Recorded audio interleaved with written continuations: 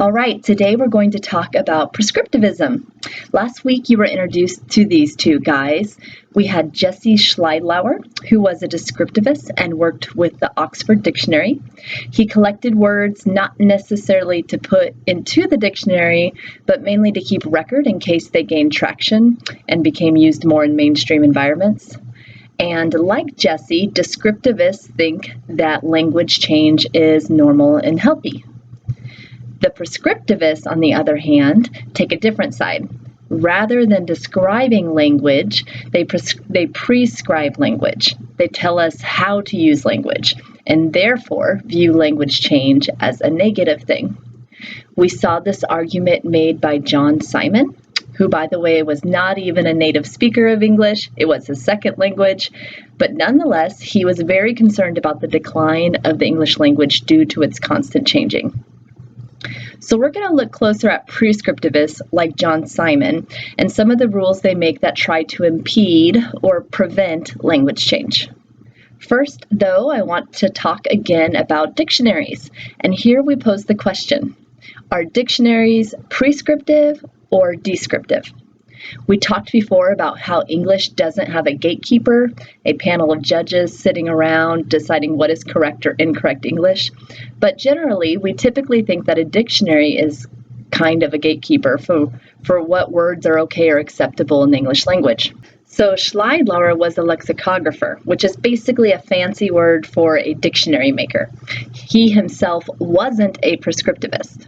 His objective was not to tell us how to use language, but rather just to describe how language is used. By the way, this guy is also the author of a book called The F Word, which sounds like it would be interesting, though a colleague of mine read it and said it was bland. However, it's just a historical documentation of the history and usage of the F word.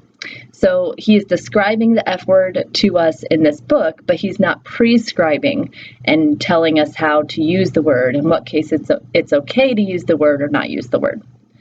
So this is kind of surprising because in some ways we consider the dictionary the gatekeeper of the English language, but it's not that. It's just describing the words we use in the English language. So this begs the question, are dictionaries prescriptive or descriptive? So let's look at the word nother to start finding an answer to this question. Nother, as in, that's a whole nother issue. We're not talking about another or other, just nother with an N. And generally when I ask my students, is this a word? People say no, yet we use it all the time. So sometimes people say, I know it's not a word because it's not in the dictionary. However, in this case, in the Merriam-Webster dictionary, we find that nother is in fact in the dictionary. It's defined as used especially in the phrase a whole nother, used chiefly in speech or in formal prose.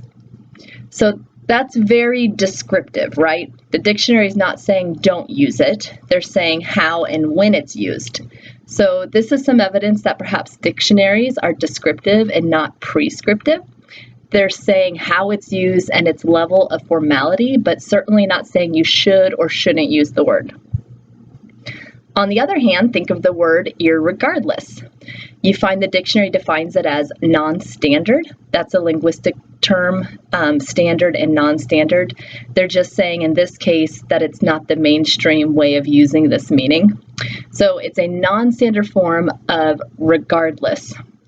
But if you visit the dictionary page, which is linked on this PowerPoint slide, you can scroll down and see some additional commentary on the word. And here's what the web page says. Is irregardless a word? It's an old word from the 20th century, increasingly widespread in spoken use. The most repeated remark about it is that there is no such word. There is such a word, however, it is still used primarily in speech, although it can be found from time to time in edited prose. Its reputation has not risen over the years, and it is still a long way from general acceptance. Use regardless instead. Wait. So the majority of what we just read is a description of how the word is used. But all of a sudden they sound prescriptive because at the end of the paragraph they literally say use regardless instead. which is a prescriptivist sounding comment, right? At first they say, yeah, it's a word, but then they say it's only used in certain environments. It has very low prestige, so possibly try to avoid using it. So, possibly a little evidence that perhaps the dictionary is in fact a little prescriptive. In 2017, Grammarly had a poll on Facebook asking whether or not irregardless was a word. And overwhelmingly, their readers responded that it was not a word. So that's interesting, but what I found more interesting were the comments left below their poll on Facebook. So Grammarly will often do these types of polls, and usually there are hundreds of comments below it. And here are some of the comments that people made about irregardless on this Facebook feed. By the way, I don't know these people. I'm just considering these posts as public domain. The first one to look at, though, is the bottom post by Peter, who basically says that just because it's in the dictionary does not make it a word. So this is interesting because he's saying that being in the dictionary doesn't make it a word. So he's asserting there must be some other criteria to make something an official word rather than it being in the dictionary. A dictionary's job, however, is to list and define words that enter common usage, meaning they're gaining traction and becoming regularly used in daily speech. So that's what a dictionary does, but Peter is saying it doesn't. Then Rachel at the top says, it's just a word because people are too illiterate to just say irrespective or regardless. And these are the same folks saying could've, would've, should've, and things like supposedly. Just because people are using it does not mean it's correct or should be a word. Rachel. So first of all, she is saying that people who use this word are illiterate, which is interesting because literate means being able to read and write. So she is saying if you can read and write, then you shouldn't be using words like irregardless. There's a little bit of evidence that would contradict that, but that was her perspective. Both Rachel and Peter seem to think that there must be some other criteria that makes a word other than the fact that a lot of people use the word, other than the fact that it's popular in use and it's in the dictionary. So it begs the question, when does a word become a word? Another interesting word is the word ain't, which has been around forever, but it was only added to the dictionary within the past couple of decades. Even though it was widely used for a long time, it didn't make the cut for the dictionary for a while, which then in some ways shows that the dictionary was kind of acting like a gatekeeper after all, by not allowing a word that was eligible for a dictionary to be in the dictionary. So when we talk about whether or not a dictionary is prescriptive or a descriptive tool, their intention is to be descriptive for sure, to describe language as it's used. But this is still an item made by humans who innately have opinions. So we sometimes still see some biasness gets in the way. A distinction that I need to make when we talk about prescriptivism is that as a linguist, we tend to study spoken language rather than written language. And speech and writing are completely different animals. First of all, speech goes way back further than writing. Speech came first, and humans developed writing much later. We have an alphabet and symbols to represent sounds that come out of our mouth, but they were created after the spoken language was developed. And we also know this because all languages have a spoken form, but not all languages have a written form.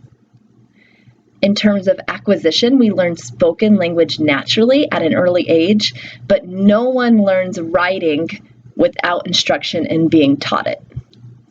Prestige, we see prestige tied to written language over spoken language. In terms of spoken language, there are a lot more variants and styles. It's typically less formal and it is faster to change, whereas written language, such as newspapers and literature, is typically very formal and very standardized and a lot slower to change. In our writing system, if you think about the way we spell words, we have some really weird spellings in English. And there are reasons why that is, but we typically don't change the way we spell words, even if the spelling no longer matches the way we say the word. And changes in the writing system take a long time to develop. We will look more at language change in the later part of the semester. So why am I talking about the difference between written language and spoken language? It's because we're talking about prescriptivism. Prescriptivists tend to work with and manage written language since they don't like change. And written language, as we just discussed, doesn't change that fast. So when they're talking about language, they're suggesting that spoken language should also conform to the way we use written language. Alternatively, descriptivists tend to focus on spoken language and sometimes even push that our written norms are ridiculous and should be able to change to model the way we use spoken language. However, prescriptivists prescribe rules of etiquette to tell people what to do and not to do. In school, this was presented to us as grammar. They want to keep language in a box. Prescriptivists want to keep language in a box and get everyone on the same page, and everyone should conform to these rules of etiquette.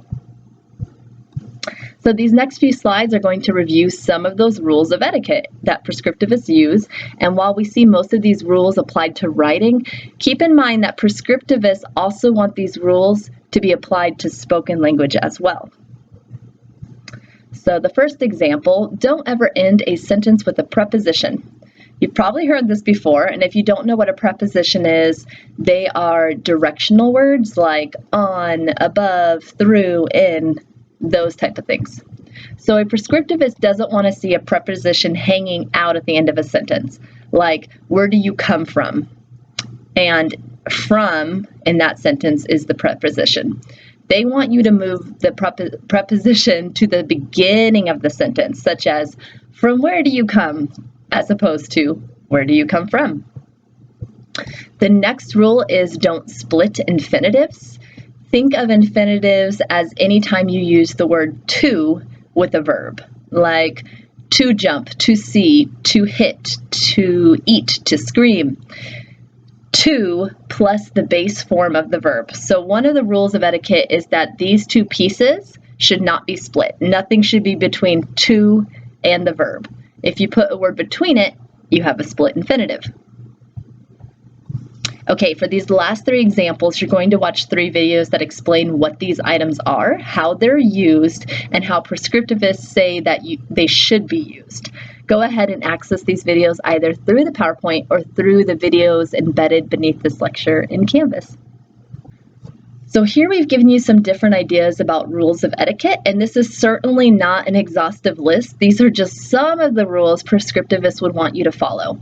Basically, if you want to be a stronger writer, these would be the types of rules you'd want to follow.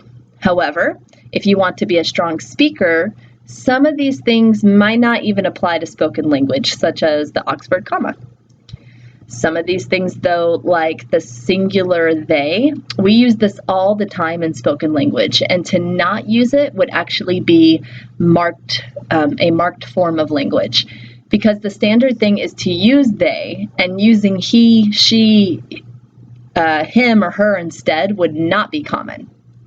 So for a prescriptivist, the idea is that they find it frustrating that people misuse these things in spoken language, and therefore it illustrates language change, and thus the decline of the quality of language. Those silly guys.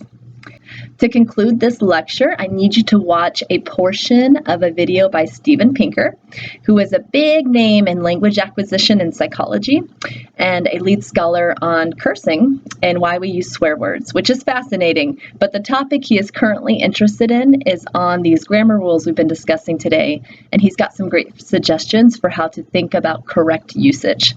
Go ahead and access this video either through the PowerPoint or through the video embedded beneath this lecture in Canvas. And that concludes our lecture on prescriptivism.